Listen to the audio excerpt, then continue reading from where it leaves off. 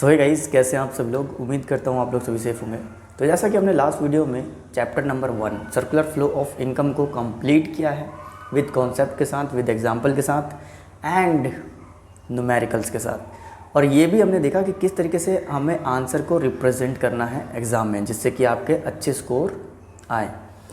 तो आज की इस वीडियो में हम नेक्स्ट चैप्टर करने वाले हैं जो कि बहुत ही इम्पॉर्टेंट है। चैप्टर नंबर 2 मैक्रो इकोनॉमिक्स का, क्लास 12th का है। और यहाँ पर हम फिर से वही कॉन्सेप्ट को लेकर चलेंगे, हर एक कॉन्सेप्ट को समझेंगे और देखेंगे कि किस तरीके से एग्ज़ाम में क्वेश्चंस पूछे जाते हैं। गाइस, बहुत ही बेसिक से स्टार्ट करेंगे और कॉन्सेप्ट को बहुत ही अच्छे से समझते हुए हम धीरे धीरे प्रैक्टिकल क्वेश्चंस की तरफ बढ़ेंगे। सो गाइस, वीडियो स्टार्ट करने से पहले आपसे रिक्वेस्ट है कि अगर वीडियो अच्छी लगे तो लाइक ज़रूर करें, शेयर ज़रूर करें और अगर आप इस चैनल पर नए हैं तो सब्सक्राइब ज़रूर करें। सो गाइस, बिना किसी देर के स्टार्ट करते हैं। आज की जो वीडियो है chapter number 2 basic concept of macro economics. यहाँ पर हम मैक्रो इकोनॉमिक्स के कुछ बेसिक्स कॉन्सेप्ट पढ़ेंगे। देखो 11th क्लास में क्या पढ़ा आपने, माइक्रो इकोनॉमिक्स, यानी कि आप हाउस होल्ड तक ही सीमित थे। अब हम मैक्रो इकोनॉमिक्स में आ गए तो हम बड़ी बड़ी बातें करेंगे, घर से बाहर निकल के जाएंगे, मार्केट में जाएंगे, हम अपनी इकोनॉमिक के अंदर घुस जाएंगे। कि देखो मैक्रो इकोनॉमिक को समझने के लिए कुछ बेसिक्स कॉन्सेप्ट हैं जिनको समझना बहुत ही ज़रूरी है। सबसे पहला जो कॉन्सेप्ट आता है वो बहुत ज़्यादा इम्पॉर्टेंट है। जब तक आप इसको नहीं समझेंगे ना, तब तक आप मैक्रो इकोनॉमिक्स कहाँ तक फैला हुआ है ये भी नहीं समझ पाएंगे। तो गाइस, आज का हमारा पहला कॉन्सेप्ट है डोमेस्टिक टेरिटरी। और इसको समझने के लिए मैं आपको एक बहुत ही इंटरेस्टिंग एग्जांपल समझाऊंगा, उसके बाद हम कॉन्सेप्ट पर आएंगे। एग्जांपल के थ्रू जो है कॉन्सेप्ट हमारा ईजी हो जाता है और बहुत ही अच्छे से समझ में आता है। तो एग्ज़ाम्पल है कि मान लो आपको यूपी से दिल्ली में जाना है, तो आपको एक बॉर्डर क्रॉस करना होगा जहाँ पर लिखा होगा कि दिल्ली में आपका स्वागत है। ठीक है, थोड़ी देर आगे जाएंगे आप तो टोल टैक्स आएगा, वहाँ पर आप टैक्स देंगे, उसके बाद आप दिल्ली में एंट्री कर जाएंगे। ओके, तो यहाँ पर समझो सेम उसी तरीके से आपके डोमेस्टिक टेरिटरी में भी कुछ बाउंड्रीज़ होती हैं जिनको आपने पार किया तो कुछ रेस्ट्रिक्शन होती हैं। ओके, उस रेस्ट्रिक्शन को हमें समझना है।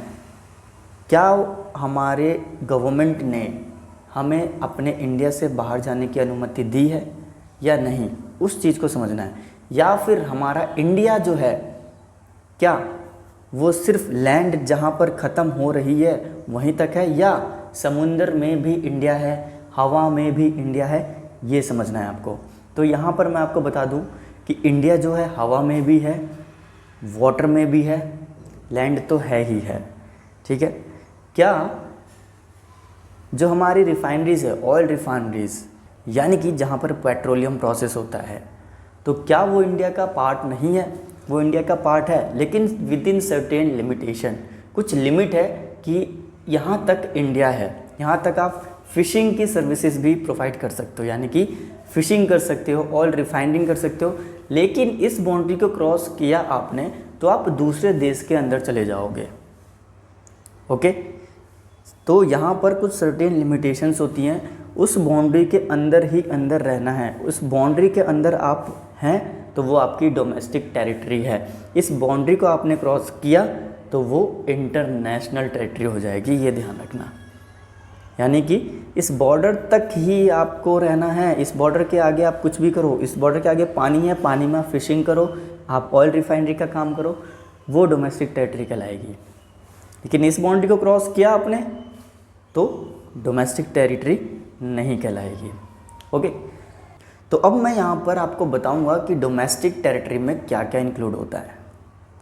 तो मैंने बात की हवा की, तो हवा में एरोप्लेन उड़ते हैं, एयरक्राफ्ट। मैंने बात की समुद्र की, तो समुद्र में शिप्स चलती हैं। ओके, तो कहाँ तक है ये? अब बात आती है कि देखो इंडिया की फ़्लाइट जो हैं वो बाहर तक जाती हैं, लेकिन है इंडिया की ही, और इंडिया की शिप भी बाहर जाती हैं, लेकिन वो शिप सर्विसेज इंडिया की ही हैं। ओके, यानी कि शिप्स का और एयरक्राफ्ट का इंडिया से बाहर जाना, मोर देन 2 और बिटवीन 2 आना जाना है, तो ये आपका डोमेस्टिक टेरिटरी कहलाएगा, वेदर इट्स शिप्स और एयरक्राफ्ट्स। तो ये ध्यान रखना। तो दोस्त, सो गाइस, एक एग्जाम्पल के थ्रू मैं आपको समझाता हूँ। सपोज़ कि जो प्लेन्स है वो ऑपरेटेड किए जा रहे हैं इंडियन एयरवेज के थ्रू। अब वो प्लेन्स चाहे जापान जाए चाहे रशिया जाए तो वो कहाँ की डोमेस्टिक टेरिटरी कहलाएगी? वो डोमेस्टिक टेरिटरी कहलाएगी इंडिया की। ओके, अब मैं कहूँगा कि प्लेन्स जो हैं वो ऑपरेटेड किए जा रहे हैं सिंगापुर एयरवेज के थ्रू। अब वो जापान जा रही हैं और रसिया जा रही हैं तो कहाँ की डोमेस्टिक टेरिटरी होगी? वो डोमेस्टिक टेरिटरी होगी सिंगापुर की, क्योंकि प्लेन्स ऑपरेट कहाँ से किए जा रहे हैं? सिंगापुर से। ओके, तो ये बेसिक सा डिफरेंस है। इंडिया से ऑपरेट किए जा रहे हैं या ओन्ड है एयरवेज तो वो डोमेस्टिक टेरिटरी इंडियन कहलाएगी, ठीक है। लेकिन own and operated by other countries then वो डोमेस्टिक टेरिटरी उसी कंट्री की कहलाएगी। ओके, सो आई होप आपको ये बहुत ही अच्छे से क्लियर हो गया होगा। नेक्स्ट पॉइंट की तरफ बढ़ते हैं। अब दोस्तों, फिशिंग बोट्स होती हैं या ऑयल रिफाइनरी का काम होता है, तो ये जो है ऑपरेट किए जाते हैं इंडियन के द्वारा। ओके, इंडियन फिशिंग बोट्स या इंडियन रिफाइनरी की जो सर्विसेज प्रोवाइड करवा जाते हैं उनके द्वारा, वो भी इंटरनेशनल वाटर में। तो यहाँ पर जो है डोमेस्टिक टेरिटरी किस तरीके से कहलाएगा? क्योंकि वो ऑपरेट की जा रही हैं इंडियंस के द्वारा। ध्यान रखना, इंडिया जहाँ भी आ रहा है वो डोमेस्टिक टेरिटरी कहलाएगा, डेट्स इट। अब एक बात बताओ, अगर रेस्ट्रिक्शन हो जाए कि भाई इंडिया वाले बाहर नहीं जा सकते तो ये पॉसिबल है क्या? Not possible. तो सेम इसी तरीके से इंडियन एम्बेसीज होती हैं, अब वो रशिया में हो चाहे जापान में हो, लेकिन ऑपरेटेड कहाँ से की जा रही है? इंडिया से ऑपरेट की जा रही है, तो ये डोमेस्टिक टेरिटरी का हिस्सा है। तो मैंने आपको 3 चीज़ें बताई यहाँ पर। सबसे पहले तो बताया आपको कि जो एयरक्राफ्ट्स हैं या शिप्स हैं वो किस तरीके से डोमेस्टिक टेरिटरी में आएंगे। उसी तरीके से फिशिंग बोट्स और एयर रिफाइनरी का जो काम है वो भी किस तरीके से डोमेस्टिक टेरिटरी में आएगा। और इंडियन कंसल्टेंसी या फिर कोई एम्बेसीज जो है वो इंटरनेशनल पार्ट में है तो वो किस तरीके से डोमेस्टिक टेरिटरी में आएगा। तो यहाँ पर ये हम 3 चीज़ें समझ चुके हैं। अब हम बात करते हैं कि डोमेस्टिक टेरिटरी में क्या क्या नहीं आएगा, ओके, जिनको एक्सक्लूड किया गया है। तो यहाँ पर सबसे पहले एम्बेसीज होंगी, यानी कि अगर कोई जापानीज़ एम्बेसी है, कोई रशियन एम्बेसी है, वो इंडिया में है तो वो डोमेस्टिक टेरिटरी का हिस्सा नहीं है। नेशनल ऑर्गेनाइजेशंस हैं जैसे कि UNO, WHO, ये सभी इस डोमेस्टिक टेरिटरी का हिस्सा नहीं होंगी। तो आई होप गाइज आप लोगों को ये कॉन्सेप्ट जो है बहुत ही अच्छे से समझ में आ गया होगा कि एक्चुअली में डोमेस्टिक टेरिटरी में क्या क्या इंक्लूड होंगे और क्या क्या नहीं इंक्लूड होगा।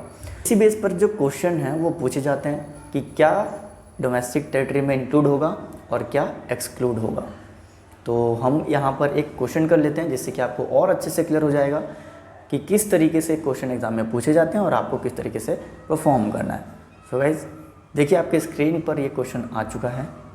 देखिए किस तरीके से क्वेश्चन पूछा जाता है।